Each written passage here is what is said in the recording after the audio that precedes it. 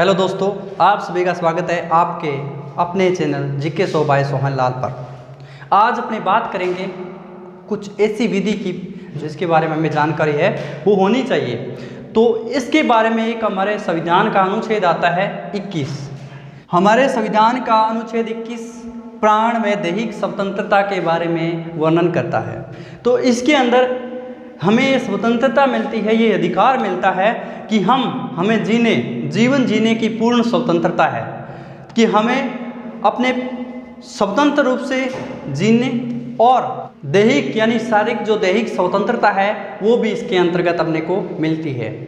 पहले जब हमारा संविधान लागू हुआ उसमें इतनी स्वतंत्रता यानी इतनी व्याख्या नहीं की गई थी इस अनुच्छेद की 21 की। तो कह सकते हैं इसकी छोटा रूप था, इतनी ज़्यादा स्वतंत्रता हमें नहीं मिली थी।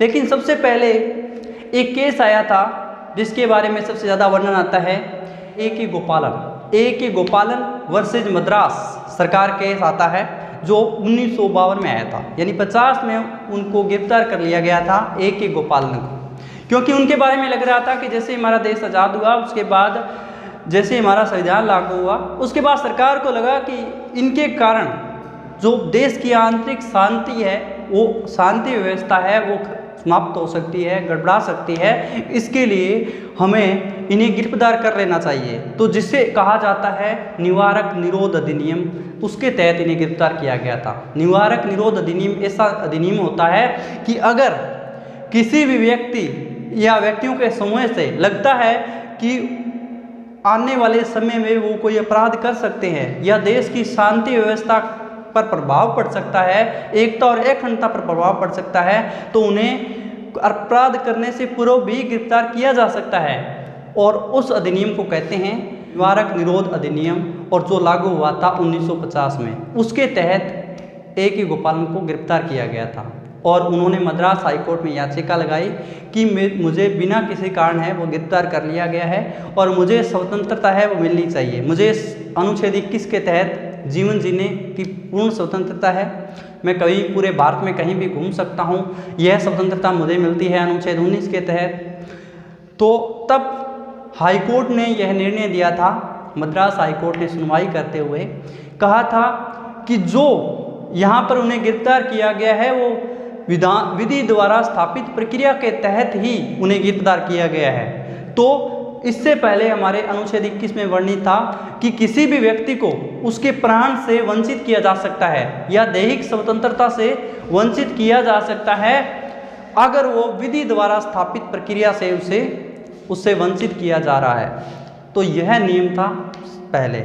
लेकिन उसके बाद एक मामला आया 1978 में मेनका गांधी का मामला आया 1978 में, क्योंकि 1975 में कांग्रेस सरकार ने आपातकाल लगाया था। तो आपातकाल लागू होने के बाद जब चुनाव हुए, लोकसभा चुनाव हुए, तो गैर कांग्रेस की सरकार बना दी गई थी, मोरारजी देसाई की सरकार बनी थी।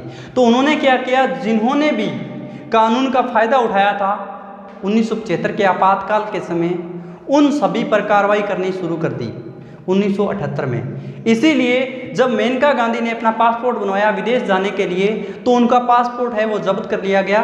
तब मेनका गांधी ने एक याचिका दायर की कि मेरी जो अनुच्छेद 19 के तहत जो स्वतंत्रता है, स्वतंत्रता मुझसे छीनी जा रही है, उसके अलावा मैं अगर विदेश जाना चाहती हूँ तो यह मेरे जीवन जीने की जो स्वतंत्रता मिली हुई है उसके आड़े आ रहा है ये, और मेरा जो पासपोर्ट है वो जब्त नहीं किया जा सकता। तो इसीलिए सुप्रीम कोर्ट ने इसकी सुनवाई करते हुए यह आदेश दिया कि विदेश जाना की जो स्वतंत्रता है वो अनुच्छेद 21 के अंतर्गत ही इसको माना जाए, और उसके बाद उसका पासपोर्ट है वो जारी कर दिया गया था और इस तरह से उसको न्याय मिला था। तो इस तरह से इस जो मेनका गांधी का जो मामला था उसमें इस अनुच्छेद 21 की पूर्ण रूप से व्याख्या है वो कर दी गई, और उसके अलावा और छूट भी इसमें दी गई है।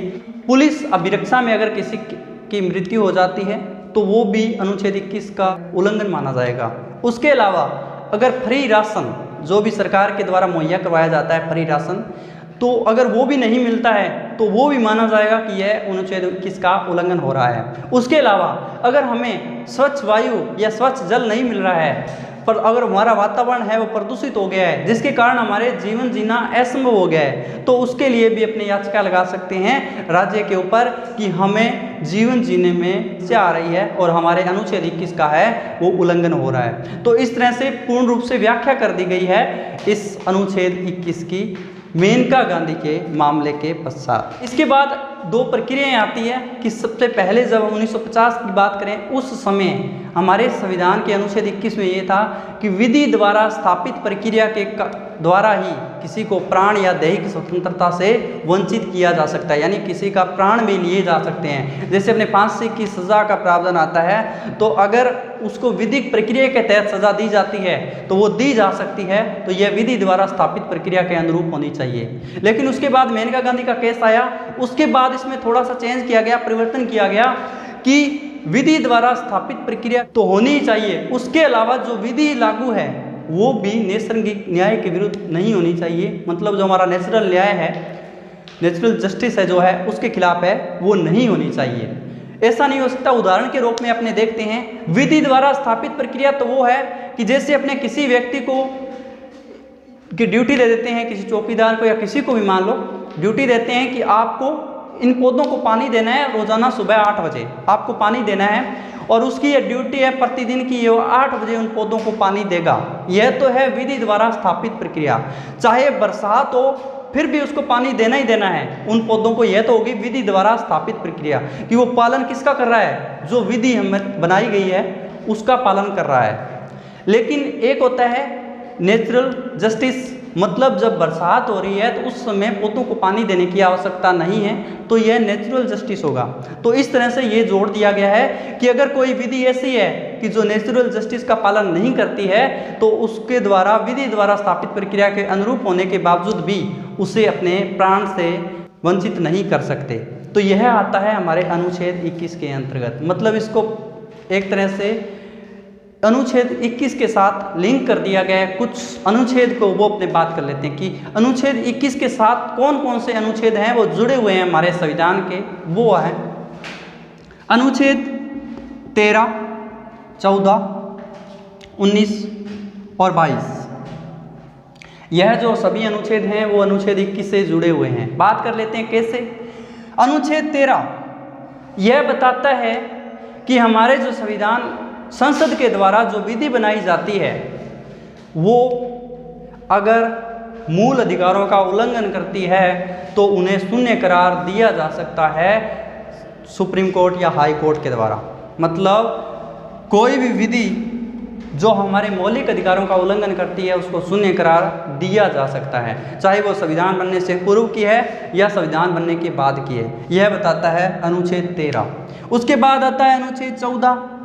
यह नेचुरल जस्टिस की बात करता है कि नेचुरल जस्टिस है उसकी आवश्यकता है और विधि के सामने सभी समान है, विधि के समक्ष समता की बात करता है अनुच्छेद 14। उसके बाद आता है अनुच्छेद 19। अनुच्छेद 19 ये बताता है कि सभी नागरिक, बात के जितने भी नागरिक हैं उनको पूर्ण रूप से स्वतंत्रता के साथ पूरे देश में कहीं भी घूम सकते हैं, उसकी स्वतंत्रता है 19 के अंतर्गत आती है। उसके बाद आता है अनुच्छेद 22 के अंदर हमें 3 तरह का संरक्षण मिलता है कि जैसे किसी व्यक्ति को गिरफ्तार किया जाता है तो गिरफ्तारी के संबंध में जो संरक्षण मिलता है उसके बारे में आता है अनुच्छेद 22। अनुच्छेद 22 ये कहता है कि अगर किसी व्यक्ति को गिरफ्तार किया जाता है तो सबसे पहले उसे कारण बताना होता है कि उसे क्यों गिरफ्तार किया जा रहा है। उसके बाद उसे 24 घंटे में मजिस्ट्रेट के सामने पेश करना होता है, न्यायालय के सामने पेश करना होता है, और उस 24 घंटे के अंदर रास्ते का जो समय है वो काउंट नहीं होता है, उसको नहीं गिना जाता है। उसके अलावा इसमें तीसरा जो स्वतंत्रता मिलती है अनुच्छेद 22 में वो है कि उसको अपने पसंद के वकील से वार्ता करने का अधिकार है वो दिया जाता है।